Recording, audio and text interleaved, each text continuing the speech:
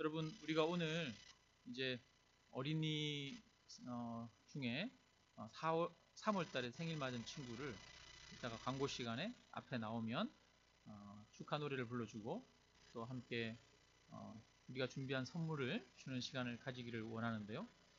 이렇게 하는 이유가 있어요. 옛날에 그 인디언 속담에 그런 말이 있다고 그러죠.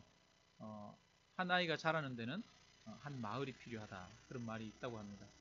저도 가만히 보니까 어릴 때 자랄 때 작은 시골 마을에서 자라면서 동네 어른 한 명 한 명이 누군지를 알면서 자랐어요. 그리고 어른들도 저희를 볼 때 쟤는 누구 집의 아들이다, 이런 것들을 알면서 자랐어요. 그래서 어른들이 무서운 줄도 알고 또 어른들이 충고하거나 또 어른들이 교훈하는 말씀도 들을 줄 아는 그런 사람으로 자라게 된 것 같습니다. 그래서 우리 어린 자녀들이 사실은 그 부모님만 그 자녀를 키우라고 그렇게 주어진 것이 아니라 우리의 고백 속에서는 우리의 자녀들이 우리가 함께 돌보고 함께 기도해야 할 주체로 하나님께서 주셨음을 우리가 고백하는 마음으로, 하나님, 내가 이 아이가 성장하는 것을 지켜보고 또 이 아이를 위해서 기도하며 또 그 부모와 함께 연합하여 함께 이 자녀를 양육하겠습니다 라고 하는 그런 고백으로 우리가 함께 이 아이를 축복하고 또 선물을 주는 그런 귀한 시간들을 우리가 이따가 가지기를 원합니다. 여러분, 아이가 태어나면 여러분, 아이가 1년째 되면 뭘 하죠? 돌잔치를 하죠. 돌잔치를 할 때 빠지지 않는 이벤트가 있습니다. 그게 뭡니까? 돌잡이죠. 돌잡이를 하는데 돌잡이를 할 때 거기에 올라가는 것들이 있어요. 뭐가 올라갑니까? 책도 올라가는군요. 네. 책은 왜 올라갑니까? 열심히 책 보고 지혜로운 아이가 되라고. 또 실도 올라가죠. 실은 왜 올라가죠? 네, 오래 살라고. 네, 실도 올라갑니다. 네, 그 다음에 또 올라가는 게 뭐가 있어요, 여러분? 돈은 왜 올라갑니까? 재물을 많이 쌓으라고. 네. 그리고 또 올라가는 게 있어요. 뭐가 올라갈까요? 연필, 붓 이런 것도 올라가죠. 네, 그거는 왜 올라갑니까? 공부 잘하라고, 또 훌륭한 글 쓰는 사람이 되라고 올라갈 수도 있겠고요. 또 판사봉 이런 것도 올라가고, 또 청진기 이런 것도 올라가고, 요즘은 축구공, 야구공 이런 것도, 모형 축구공, 야구공 이런 것도 올린다고요. 그 아이가 나중에 유명한 스포츠 선수가 되라고 그렇게 기원하는 마음으로 올린다고 합니다. 여러분, 이 돌잡이를 하는 이유가 뭡니까? 돌잡이를 하면서 한편으로 이 아이가 건강하게 또 행복하게 또 유명하고 이 세상에서 성공한 인생으로 아름답게 성취하는 그런 인생으로 살아가기를 기원하는 마음으로 이런 돌잡이를 하는 것 아니겠습니까? 여러분, 돌잡이를 하는데 돌잔치를 하는데 이 아이가 잘못되기를 바라고 이 아이를 저주하고 싶고 이러진 않잖아요. 그죠? 다 축복하는 마음으로 돌잡이를 합니다. 그런데 태어나자마자 저주받은 사람이 있어요. 여러분, 이 사람은 난지 8일 만에 성전에 올라갔어요. 그 부모가 아기를 데리고 성전에 이렇게 올라갔더니 거기 성전에 기도하는 사람이 있었는데, 두 사람이 있었는데, 한 분은 시므온이라고 하는 할아버지고 한 분은 또 안나라고 하는 할머니였습니다. 이분들은 성전에서 오랫동안 기도하는 사람이었어요. 그런데 이 아이를 보자마자 하나님의 말씀이 딱 떠올랐어요. 그래서 그 예언을 합니다. 그 예언을 하는데 뭐라고 하느냐 하면 사람들로부터 비방을 받는 표징이 되게 하려고 세움을 받았다라고 이야기합니다. 사람들로부터 이 아이는 엄청나게 비방을 많이 받을 것이다, 이렇게 예언을 한 거예요. 뿐만 아니라 뭐라고 그러냐면 그 어머니에게 칼이 당신의 마음을 찌르는 것 같을 것입니다. 이 아이로 인해서 어머니가 기쁨을 누리는 것이 아니라 이 아이로 인해서 어머니의 마음이 그 심장을 도려내듯이, 칼로 심장을 도려내듯이 아프게 될 것입니다 라고 이야기를 한 거예요. 여러분, 저주입니까? 아니면 축복입니까? 저주죠. 네. 이 아이로 인해서 당신 엄청나게 고통스러울 거야, 힘들 거야, 그런 이야기를 하는 거예요.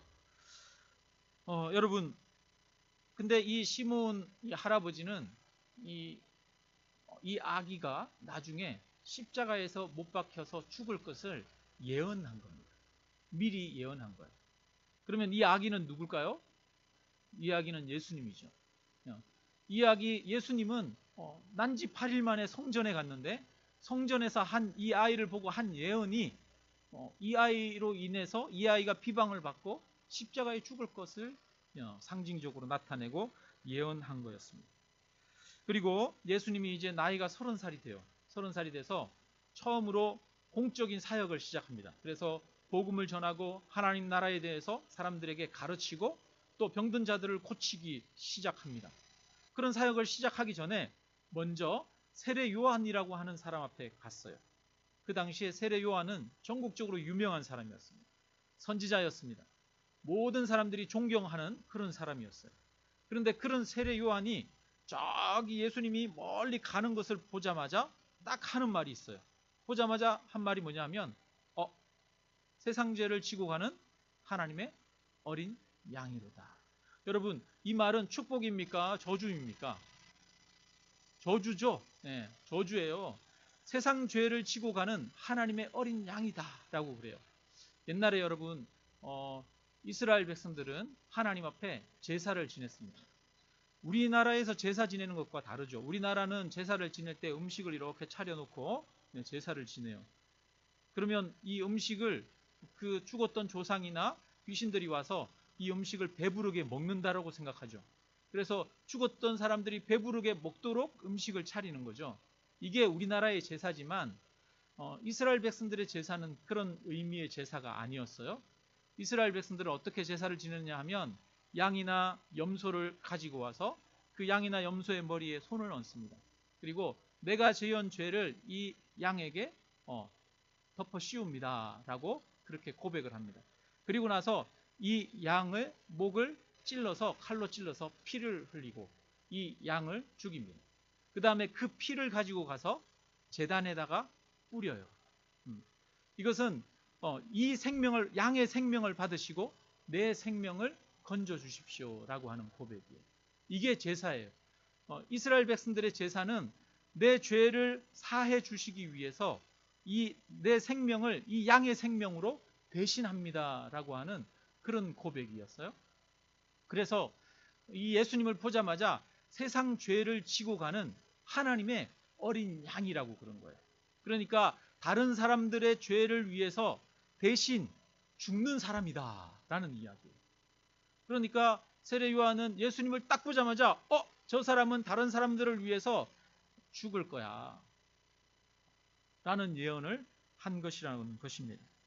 이것처럼 여러분, 예수님의 이 죽음은 미리 예견되었어요. 미리 예수님이 십자가에 죽기 오래전부터 미리 얘기가 되었습니다. 예수님이 태어났을 때부터 이야기가 되었어요. 그런데 다른 사람들만 예수님에 대해서 이렇게 말하는 게 아닙니다. 또 예수님 본인도 그렇게 이야기를 하고 있어요. 성경에 보니까 예수님이 굉장히 잘 나갈 때였어요. 그래서 많은 사람들이 제자들이 따르고 뿐만 아니라 유명해지고 많은 기적들을 일으켰습니다. 그럴 때 이제 처음에 예수님을 잘 믿지 않고 의심하던 그런 제자들도 예수님을 향해서 고백합니다. 예수님, 당신은 하나님의 아들이십니다. 이렇게 고백을 했어요. 그러면서 예수님에게 절대적인 충성을 맹세하기도 하고 약속하기도 합니다. 그런데 그럴 때 예수님이 뭐라고 그러냐 하면, 이때로부터 예수님이 자기가 예루살렘에 올라가 장로들과 대제사장들과 서기관들에게 많은 고난을 받고 죽임당하고 제3일에 살아나야 할 것을 제자들에게 비로소 나타내셨습니다. 사람들이 예수님을 향해서 환호할 때 나는 장로들과 제사장들과 서기관들에게 고난을 받고 죽을 거야, 이 이야기를 한 거예요. 뿐만 아니라 제자들에게도 말합니다. 너희는 나를 따르려거든 자기 십자가를 지고 나를 따르라, 이렇게 말씀하셨어요. 예수님이 십자가에 죽기 전에 십자가를 지고 나를 따르라 그랬어요. 그렇다면 예수님은 본인이 어떻게 죽을 거를 알았을까요? 몰랐을까요? 여러분, 예수님은 어떻게 돌아가셨어요? 십자가에 못 박혀 돌아가셨죠. 그죠? 십자가에 못 박혀 돌아가셨는데 본인이 십자가에 못 박혀 돌아가기 수개월 전부터 나를 따르려거든 자기 십자가를 지고 나를 따르라고 그랬어요. 그 말은 예수님은 자신도 이미 나는 십자가를 지고 죽을 거야 라는 것을 알고 계셨다는 거예요. 자기 운명이 다른 사람들의 죄를 위해서 십자가에 죽어야 한다는 것을 알고 있었다는 것입니다. 그러므로 이 예수님의 죽음은 이미 예견된 그런 죽음입니다. 오래전부터 예견된 죽음입니다. 그러면 이 예수님의 죽음은 언제부터 미리 예언되었을까요? 한번 이사야 53장, 아까 우리 이철문 집사님 기도하셨을 때 이사야 53장의 구절을 읽어주셨는데요. 여러분 53장을 한번 보시겠습니까? 53장에 보시면 우리가 한번 읽어볼게요. 같이 읽습니다. 네. 우리가 전한 것을 누가 믿었느냐? 여호와의 팔이 누구에게 나타났느냐? 그는 주 앞에서 자라나기를 연한 순 같고 마른 땅에서 나온 뿌리 같아서 고운 모양도 없고 풍채도 없은즉 우리가 보기에 흠모할 만한 아름다운 것이 없도다. 3절 그는 멸시를 받아 사람들에게 버림받았으며 강고를 많이 겪었으며 질고를 아는 자라. 마치 사람들이 그에게서 얼굴을 가리는 것 같이 멸시를 당하였고 우리도 그를 귀히 여기지 아니하였도다. 그는 실로 우리의 질고를 지고 우리의 슬픔을 당하였거늘 우리는 생각하기를 그는 징벌을 받아 하나님께 맞으며 고난을 당한다 하였노라. 그가 찔림은 우리의 허물 때문이요 그가 상함은 우리의 죄악 때문이라. 그가 징계를 받음으로 우리는 평화를 누리고 그가 채찍에 맞음으로 우리는 나음을 받았도다. 우리는 다 양 같아서 그릇 행하여 각기 제 길로 갔거늘 여호와께서는 우리 모두의 죄악을 그에게 담당시키셨도다. 그가 곤욕을 당하여 괴로울 때에도 그의 입을 열지 아니하였으며 마치 도수장으로 끌려가는 어린 양과 털 깎는 자 앞에서 잠잠한 양같이 그의 입을 열지 아니하였도다. 그는 곤욕과 신문을 당하고 끌려갔으나 그 세대 중에 누가 생각하기를 그가 살아있는 자들의 땅에서 끊어짐은 마땅히 형벌받을 내 백성의 허물 때문이라 하였으리요. 그는 강포를 행하지 아니하였고 그의 입에 거짓이 없었으나 그의 무덤이 악인들과 함께 있었으며 그가 죽은 후에 부자와 함께 있었도다.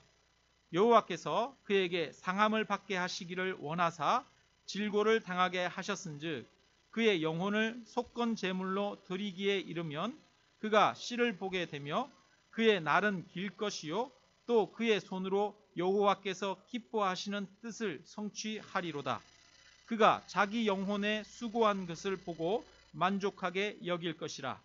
나의 의로운 종이 자기 자식으로 많은 사람을 의롭게 하며 또 그들의 죄악을 친히 담당하리로다.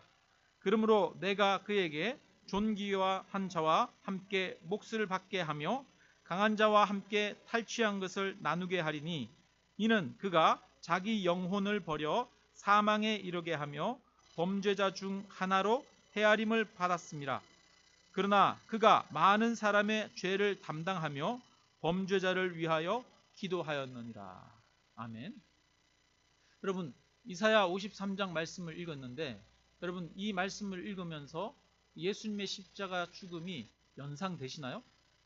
네, 너무 생생하게 연상이 되죠. 그 의미가 우리에게 생각이 되어집니다. 보면 그는 멸시를 받았다고 그래요. 예수님이 사람들로부터 멸시받지 않았습니까? 로마 병사들로부터 조롱받았습니다. 그 뺨을 치면서 너의 뺨을 친 사람이 누군지 알아맞혀봐라 그럽니다. 예수님에게 가시 면류관을 씌우고 네가 왕이냐? 그러면 이 가시 면류관을 쓰라 말합니다. 예수님에게 홍포를 입히고 네가 왕이냐? 그러면 이 갈대 지팡이를 들어라 그러면서 예수님을 조롱합니다. 멸시를 받습니다. 그는 사람들에게 버림받았습니다. 예수님을 따르던 사람들조차 예수님을 다 버리고 떠났었습니다. 뿐만 아니라 그는 찔렸죠. 옆구리에 창으로 찔렸습니다. 그가 찔림은 우리의 허물 때문이요. 그는 상하였습니다. 채찍에 그의 몸이 상하였습니다. 그는 우리 대신에 징계를 받았습니다. 그가 채찍에 맞음으로 우리는 나음을 입었다라고 그렇게 말하고 있습니다. 이 말씀은 예수님의 죽음을 너무도 생생하게 묘사하고 있습니다. 그러면 이 예수님의 죽음을 생생하게 묘사하고 있는 이 이사야 53장, 고난받는 종에 대한 이 묘사의 말씀은 언제 쓰여진 겁니까? 언제 쓰여졌냐 하면 이사야 시대에 쓰여졌어요. 이사야 시대. 그러니까 예수님이 태어나기 전에 이미 700~800년 이전에 쓰여진 거예요. 여러분, 그러면 예수님의 죽음은 언제부터 미리 예견되었습니까?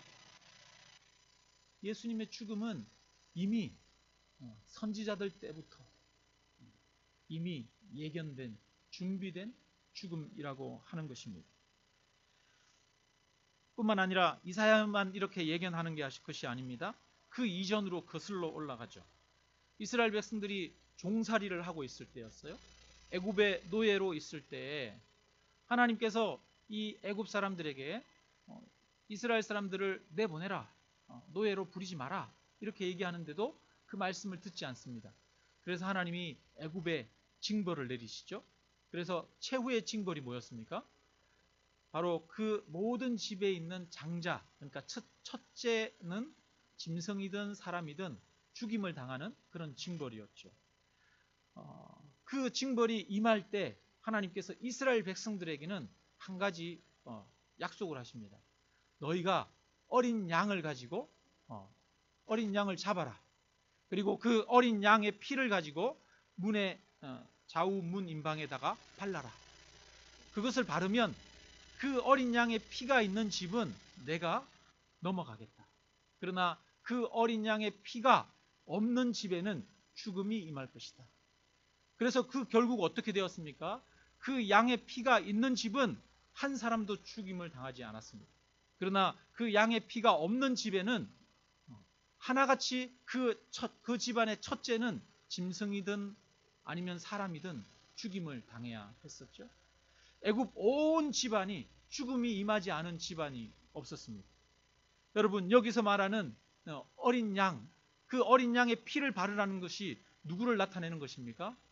바로 예수 그리스도를 나타내는 것이죠. 예수 그리스도께서 십자가에 못 박혀서 피 흘리심으로 그 피로 인해서 우리가 죄 용서받고 다시 살리심을 받을 것을 미리 예언한 말씀입니다. 그래서 세례 요한은 예수님을 보자마자 하시는 말씀이 보라, 세상 죄를 지고 가는 하나님의 어린 양이라고 그렇게 이야기했습니다. 여러분, 이 예고가 언제 주어진 겁니까? 이스라엘 백성들이 이미 애굽에서 종살이하고 있습니다. 기원전 1400년 이전에, 예수님이 태어나기 1400년도 이전에 이 어린 양의 피를 통해서 예수님이 십자가에 죽임 당할 것을 이미 보여주시고 예고하신 것이라는 것입니다. 하나님께서는 이스라엘 백성들에게 제사 제도를 주셨어요. 제사 제도를 통해서 그들은 매 절기 때마다 어린 양을 잡습니다. 양을 잡아서 그 피를 가지고 하나님의 제단에 나아가서 그 피를 쏟습니다. 그들은 매일의 삶이 이 제사 지내는 거였어요. 성전에서는 하루도 제사 지내지 않는 날이 없죠. 여러분, 레위기를 읽어보면 레위기에 매일매일 드려야 하는 제사들이 나옵니다. 매일매일 드려야 하는 제사가 뭡니까? 양을 한 마리씩 잡아서 그 양으로 그 피를 흘려서 하나님의 제단에 흘려 드리는 거예요. 그렇게 해서 제사를 지냅니다. 뿐만 아니라 안식일이 되면 양 7마리를 잡아서 하나님 앞에 제사를 지냅니다. 이스라엘에는 하루도 빠지지 않고 이 양의 피를 가지고 제사를 지내는 거예요. 하나님 앞에 나아가는 겁니다. 여러분, 이스라엘의 역사 속에서 이 양의 피를 항상 보여주셨어요. 양이 우리의 죄를 위해서 대신 죽는 것을 항상 보여주셨어요. 왜 이런 제도를 만들어 놓으셨습니까? 왜 이런 제사를 만들어 놓으셨습니까? 그것은 바로 이 양이 누구를 보여주는 것이기 때문입니까? 예수 그리스도를 보여주시는 것이기 때문입니다. 그래서 이 예수 그리스도를 잊어버리지 않고 예수 그리스도께서 우리를 위해서 대신 죽으셨다는 것을 기억하게 하기 위해서, 그리고 그것을 미리 사람들에게 보여주기 위해서 이 제사 제도라고 하는 것을 만들어 놓으셨다는 것입니다. 그러나 이 예수님의 죽음은 또 그 이전에 이미 계획되어집니다. 언제부터 계획되어지냐 하면 아담과 하와가 에덴 동산에서 하나님이 먹지 말라고 한 선악과를 따먹죠. 선악과를 따먹었을 때 하나님이 오셔서 아담과 하와에게 심판을 선언하십니다. 그러면서 또 뱀에게 심판하시면서 징계를 내리시죠. 그 뱀에게 한 말씀 중에 하나가 보면, 내가 너로 여자와 원수가 되게 하고 내 후손도 여자의 후손과 원수가 되게 하리니 여자의 후손은 내 머리를 상하게 할 것이요 너는 그의 발꿈치를 상하게 할 것이라. 이렇게 말합니다. 여러분, 여기서 여자의 후손은 누구를 말하는 걸까요? 여자의 후손은 예수님을 말하는 거예요. 자, 여자의 후손이 뱀의 머리를 상하게 한다고 그럽니다. 뱀은 누구를 말하는 겁니까? 사단을 말하는 거예요. 머리를 상하게 한다는 것은 사단을 죽여버린다는 거예요. 사단을 진멸한다는 거예요. 사단을 이겨버린다는 겁니다. 근데 여러분, 사단은 어떻게 합니까? 그 여자의 후손의 발꿈치를 물 것이라는 거예요. 여러분, 뱀이 발꿈치를 물면 어떻게 됩니까? 아야 하고 마는 게 아니죠. 독이 온몸에 퍼져 죽게 되는 것이죠. 그러니까 사단은 여자의 후손을 죽게 할 것이라는 거예요. 누구를 나타내는 것입니까? 바로 예수 그리스도를 나타내는 거죠. 여러분, 이 일이 언제 말씀되어진 겁니까? 아담과 하와가 에덴 동산에 있을 때 그들이 하나님이 먹지 말라고 하신 선악과를 먹었을 때 하나님께서 오셔서 말씀하신 거예요. 이미 아담과 하와가 범죄하였을 때부터 하나님께서는 이미 계획하시고 준비해 놓으셨습니다. 하나님의 아들 예수 그리스도가 오셔서 십자가에 죽으실 것을 이미 약속하고 예견해 놓으셨습니다. 여러분, 하나님께서 예수님을 십자가에 못 박히게 하신 것이 여러분 그때 당시에만 미리 준비된 것이 아닙니다. 그 이전부터, 태초부터 하나님께서 준비하신 하나님의 구원 계획이라는 사실을 믿으시기를 주님의 이름으로 축원합니다. 여러분, 요즘은 여러분 이제 결혼해서 아이를 임신하면 병원에 가서 어느 정도 시간이 지나면 양수 검사 같은 것들을 하죠. 그래서 이 아이가 병이 없는지 장애가 없는지 이런 것들을 진단하지 않습니까? 근데 가끔은 보면 양수 검사를 했는데 장애일 가능성이 많아요 이러는 경우가 여러분 있죠. 근데 그렇게 의사가 말을 했는데도 불구하고 장애가 아닌 경우, 낳았을 때 장애가 아니고 정상적인 경우들이 자주 있어요. 그러니까 양수검사가 100% 확실한 건 아니죠. 그런데 이제 검사를 했어요. 검사를 했는데 아이가 장애가 있을 수도 있습니다 라고 그렇게 이야기할 때 그 부모들이 어떻게 합니까? 저도 그런 분들 많이 만난 적이 있어요. 양수검사를 했는데 애가 좀 안 좋대요 이런 얘기를 하면서 그래서 낳을지 말지 고민이에요 이런 분들을 만난 적이 있습니다.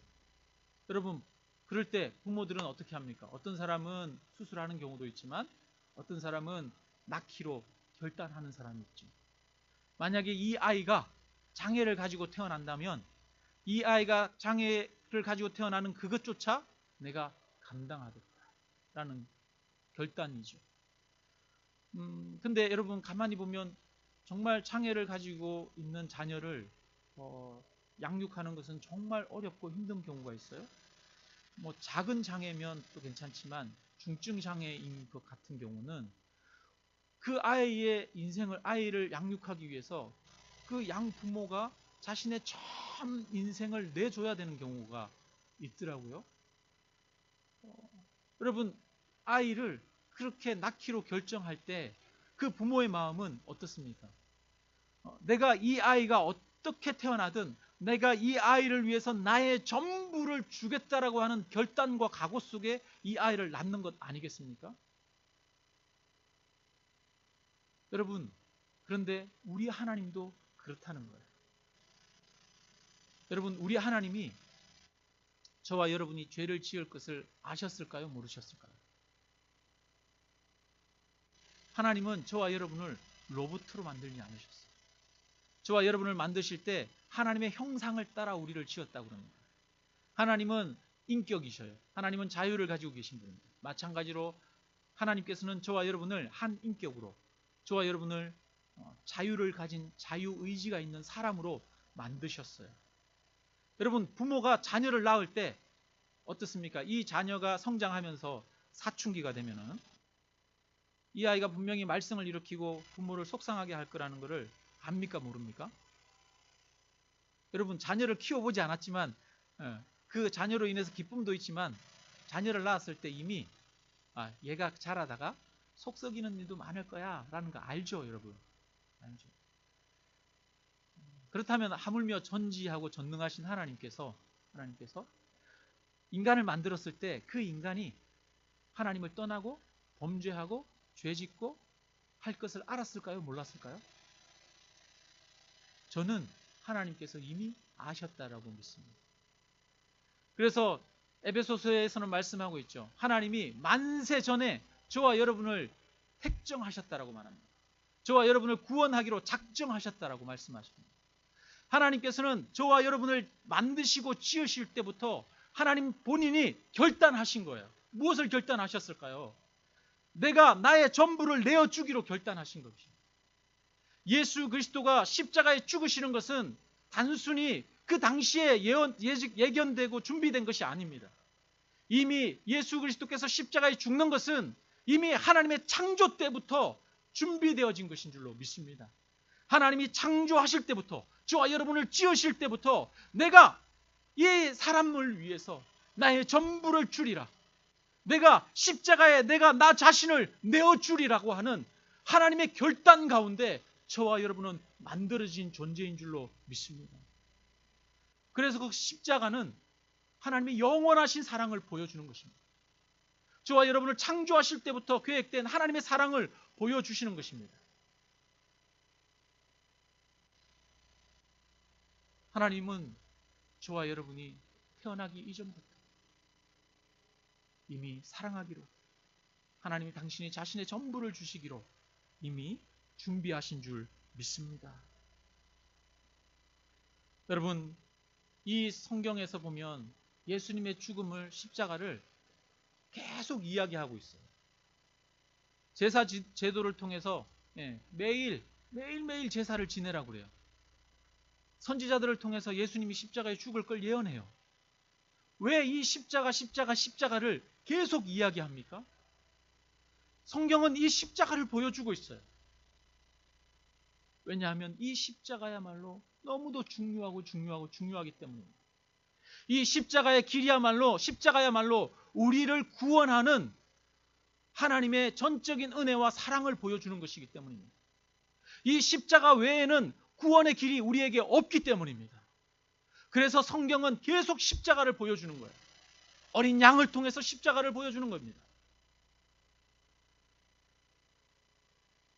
말씀을 마칩니다. 여러분, 예수님의 십자가에 수천 년간의 하나님의 사랑이 담겨 있습니다. 아니, 태초부터 저와 여러분을 향해서 당신의 모든 것을 내어주신 하나님의 사랑이 이 십자가에 담겨 있습니다. 이번 주간은 여러분 고난주간이에요. 고난주간에 우리가 이 예수님의 십자가를 생각해 보기를 원합니다. 이스라엘 백성들은 성전에서 매일 제사를 지냈습니다. 어린 양으로 제사를 지냈습니다. 어린 양이 죽임당할 때마다 그들은 이 양이 죽음으로 내가 산다는 것을 매일매일 생각했을 것입니다. 여러분, 마찬가지로 우리도 매일매일 예수 그리스도를 바라보아야 합니다. 예수 그리스도의 십자가 죽음을 매일매일 묵상하고 생각해야 할 줄로 믿습니다. 이번 한 주간 고난주간인데요, 저와 여러분을 사랑하셔서 저와 여러분을 위해서 당신의 모든 것을 내어주신 예수 그리스도의 십자가와 그 은혜를 묵상하시면서 한 주간을 보내시기를 주님의 이름으로 축원합니다. 우리 함께 찬양하고 함께 기도드리겠습니다. 찬송가 303장 찬양 드립니다.